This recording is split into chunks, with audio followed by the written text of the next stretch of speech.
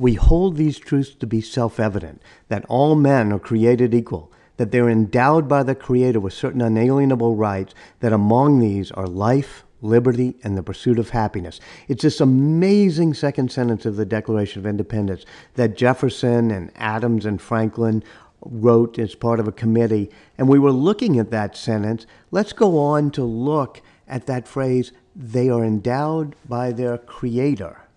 It's interesting. They don't really mention, Jesus Christ and not even God. They talk about the laws of nature and of nature's God and of Creator.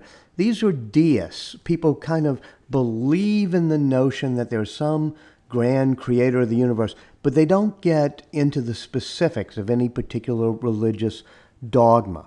The other thing is they're balancing, where do our rights come from? In an earlier draft, and we'll talk about how they edit the earlier drafts in a later video, but in an earlier draft, it just says they're endowed with certain inalienable rights. And you see that John Adams probably is the one who wants to insert the phrase, their Creator. And that was because they started the sentence with, we hold these truths to be sacred, but they changed that to self-evident. They're trying to say, to what extent is it rationality that gives us these rights? To what extent are these rights endowed by God? And I think what they finally come down to is that we all had a Creator, and that Creator made us all, and so to a certain extent, we're created equal. Our Creator must love us all. We are all created by the same Creator. Therefore, there's a certain equality that we have. And in creating us, He gave us certain unalienable rights. And unalienable, this means can't be taken away. It can't be separated. It can't be separated. You can't take these rights away. The king can't take these rights away. In other words, it's not as if we could give up these rights.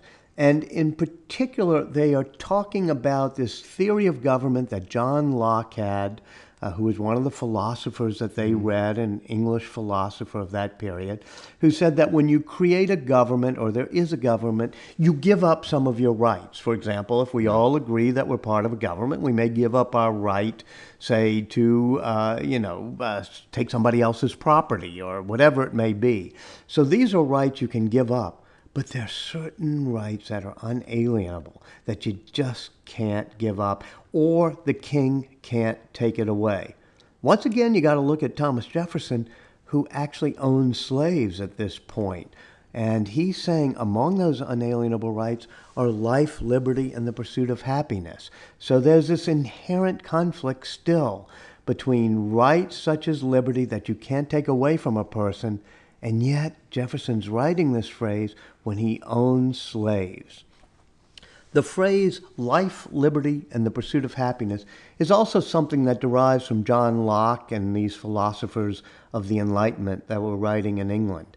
At one point, John Locke uses the phrase life, liberty, and the pursuit of property because, Locke believed that owning property was an important right you had, and the government couldn't just take your property away.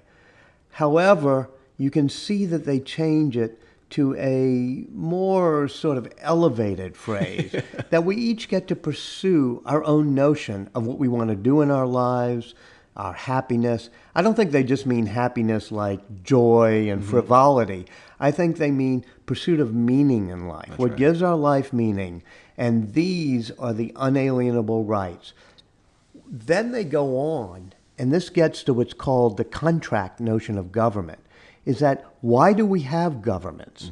And whether it's John Locke or the other philosophers we've talked about, they say the reason we have government is that we all had these rights, but we decided to get together. We instituted governments. Governments are instituted on men.